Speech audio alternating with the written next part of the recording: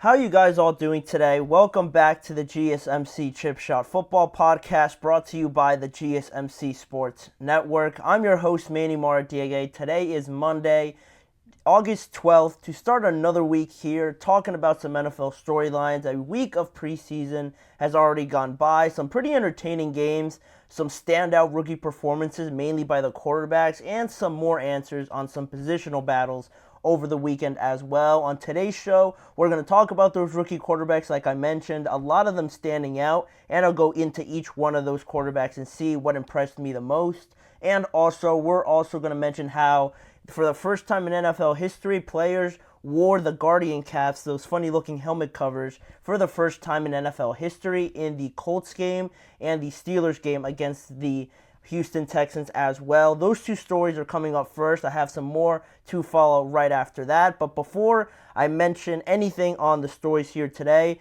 I wanted to bring you guys something new, still new from last week. If you've got any questions during the show, we want to hear it. If your input is a big part of what makes this show great, and we thrive on your energy and insight. So whether it's a quick comment, a thoughtful question, or an opinion you just have to share, don't hesitate to drop it in the chat. Now, if you want to make it absolutely certain to make sure I see your message and that it does stand out, make sure to check out the feature on the show. There's an easy way of doing that using the super chat feature.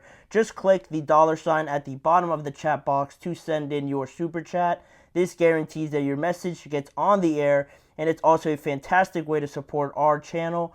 We rely on your support to keep bringing you the sports content that you love, and we appreciate every bit of it. So go ahead and tell us what you're thinking. Hit the super chat button and let us know how and what you want to know about the show as well. It's an interactive way to keep the show going as well. And if you do prefer an alternative option to that, use the GSMC Podcast Network link to use as a tip and donations, and leave your comment or question there. We couldn't do this show without your amazing support, and we're so thankful to have you as part of our community. So again, if you guys would, use the super chat button as well, or the old gsmcpodcast.net tip and donations link if you'd prefer. It's a massive help, and we always appreciate you guys doing that for us. But with that being said, now I will jump into the first segment on today's show, going over the rookie quarterback performances that we saw this weekend.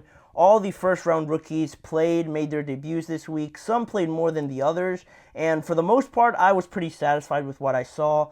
Honestly, not too many of them played too long. I think the longest, or the quarterback that played the longest time might have been Bo Nix or potentially Michael Penix, but other than that, they all played around maybe a few series, maybe the first half or something like that. And before I get to the good quarterbacks that I thought really stood out to me, I wanted to just point out Drake May. Not that he played bad or that he disappointed me in any way, but he was the first quarterback selected in the first round to play in the preseason on Thursday against the Carolina Panthers. And Jacoby Brissett did start the game, but he only played one series. And then once Drake May came in, pretty early on, you're starting to think, wow, we're going to see a lot of Drake May. If Jacoby Brissett only played one series, we're going to see Drake May maybe for the entire first half or something like that. But he also only got one series, and to a lot of people's surprise and maybe to some people's disappointment, that was a little bit too short to see Drake May out there. You know, he only went 2 for 3 for 19 yards, and both of those receptions were on screen passes, so we never really got to see too much of what Drake May, has learned, has progressed with at all, really. And after the game, head coach Gerard Mayo said that was the plan, to have Brissett and Drake May play only one series and then have Bailey Zappi and Joe Milton in there the rest of the time. And you saw how Joe Milton really impressed a lot of people with the touchdowns that he had, the throws that he made as well. So, I mean, that's great for them, but I think we all know that the main guy is hopefully eventually going to be Drake May, and I would have loved to have seen him a lot more. But Gerard Mayo also mentioned that we should get more looks at Drake May this upcoming week in their second preseason game when they play the Philadelphia Eagles. They also have a joint practice with the Philadelphia Eagles tomorrow, leading up to that game. So we should see Drake May in some more competitive atmospheres, at least during practice. And it should be great for him and his development also going forward, leading into the next preseason game where we are expected to see a lot more of him. So it was unfortunate to not see too much of him, but it's all part of a big plan apparently for the New England Patriots. Then the second quarterback I wanted to get to was Michael Penix. Michael Penix had a pretty decent day overall, very solid. I thought very efficient. And his head coach, Raheem Morris, also said that, one, we're going to see a lot of Michael Penix this offseason, but after the game, he shared that he thought Michael Penix played pretty well. And just based on the stats that you guys see there, 9 for 16 for 104 yards. 2 of his touchdown drives led to scores, and he looked just pretty comfortable in there. There were some throws that, went over the receiver's head or just not thrown too particularly accurately. But other than that, for a first start in a situation where you're not going to be the guy, where you're definitely talented enough to be the guy, and you can see how experienced he was already and how comfortable he was. It was a weird situation to maneuver through, but overall you saw the potential, some of the qualities that is highlighted already through training camp and why they drafted him. So Michael Penix, I thought he did all right. No touchdowns or anything like that, but he didn't make too many mistakes. He kept it all pretty simple, and he was pretty efficient with the ball. So that's a pretty good start to debut in your first preseason action. Then the next quarterback I wanted to touch on was Jayden Daniels. And talking about quarterbacks that didn't play too much, he falls right in there with Drake May. But on the other side of this, he only played 1 series. He had a touchdown, and he was 2 for 3 for 45 yards. And the biggest thing that stood out, obviously, was the first completion, right? I'm pretty sure it was all over social media. The first completion he ever had in an NFL game was that third down conversion down the right sideline to De'Ami.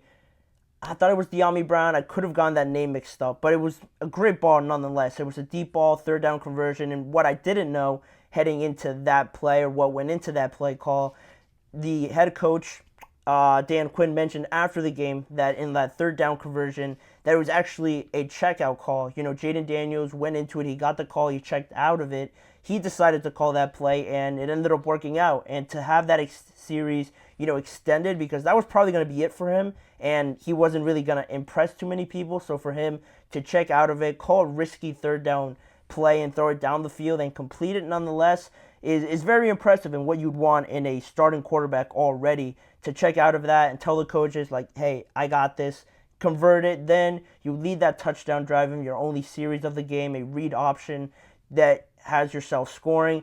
You saw a little bit of everything that Jayden Daniels brings to the table. He only had 1 incompletion, and so far for that limited series, I thought he did pretty well. The biggest thing, obviously, was that throw, the accuracy, the strength behind that throw, and just the poise to call it leaves me very impressed. I wish I saw more of him, but again, it's all part of this development plan. Each team does it differently, and Dan Quinn only decided to have him in there for 1 series.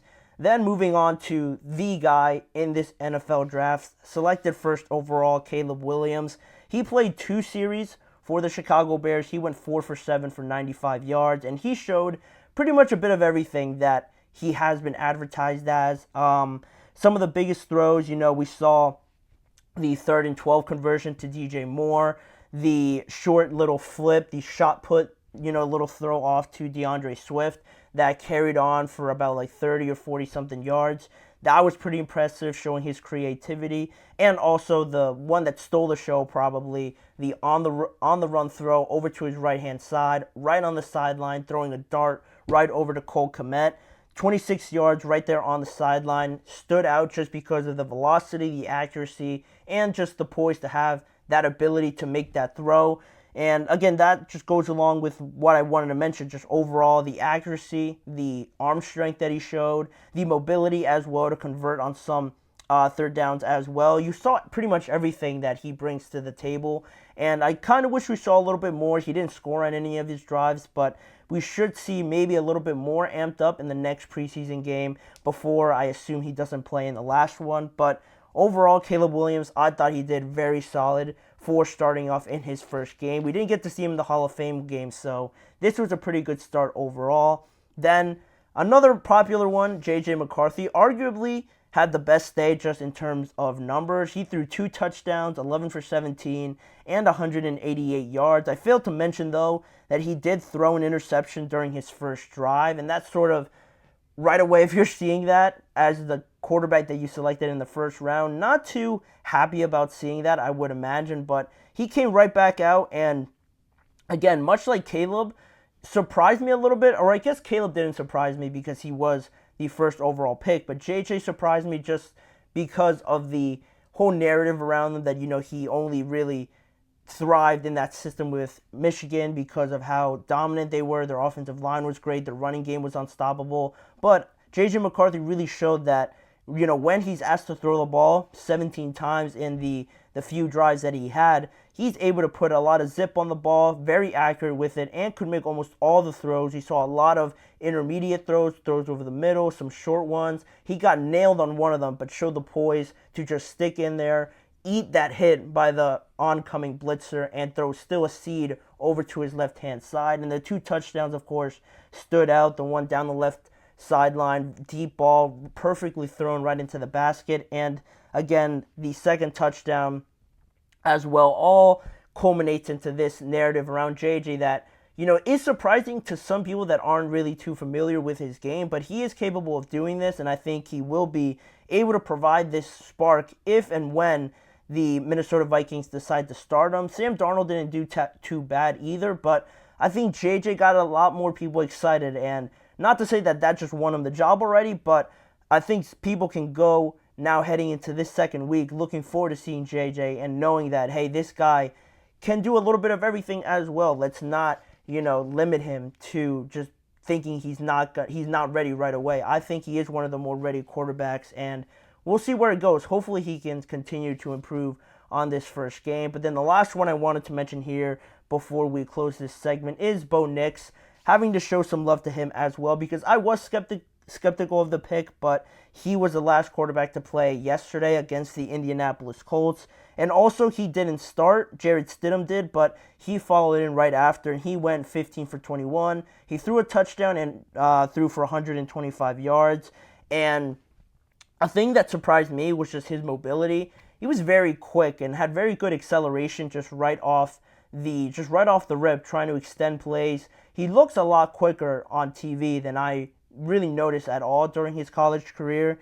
And now also watching some clips of that game, I didn't get a chance to catch the entirety of his performance, but seeing him and the different arm angles he can throw off, the mobility and how he uses that to his advantage, and also the idea that he is a more experienced rookie quarterback coming in, I think he knows now what works for him. And we saw a little bit of that obviously in the first game, but he is stepping into the NFL, which is a whole different monster in and of itself. So we are going to see some growing pains, some throws get away from him, but overall, just like Caleb, just like JJ, and even Jayden Daniels as well, even Michael Penix as well, these guys look pretty comfortable and pretty experienced, more so than nervous or a little bit antsy to just get out of there and just not have to face the pressure. A lot of them made some good throws, some professional level throws, and it's only the beginning of this entire thing, but I think these guys got off to just as good a start as you could have ever asked for out of any of these guys. So I wanted to highlight them, give you guys my thoughts on them, and just recap on some of the things that stood out to me. I'm sure most of you guys saw these. If you guys are fans of any of these teams with these rookie quarterbacks, a lot of stock has been put into them. So to make sure that they start off on the right foot is huge for them and their confidence, and hopefully maybe for some of these positional battles, they could make a mark on how quickly they end up starting, which I think will be exciting. So that was pretty much it, just recapping their first weeks. Very positive for all these guys, but we will be able to move on now to our second topic. A lot of firsts in the first week of the NFL preseason. One of those was the Guardian caps, the helmet covers that players wear for their head safety. They were debuted this past weekend, mainly by the Indianapolis Colts, but also by a Pittsburgh Steeler. We're going to talk about it, what it means for the NFL, and why these players decided to do this on the first week of the NFL preseason. So we're going to dive into that when we return. Don't go anywhere. We'll be right back.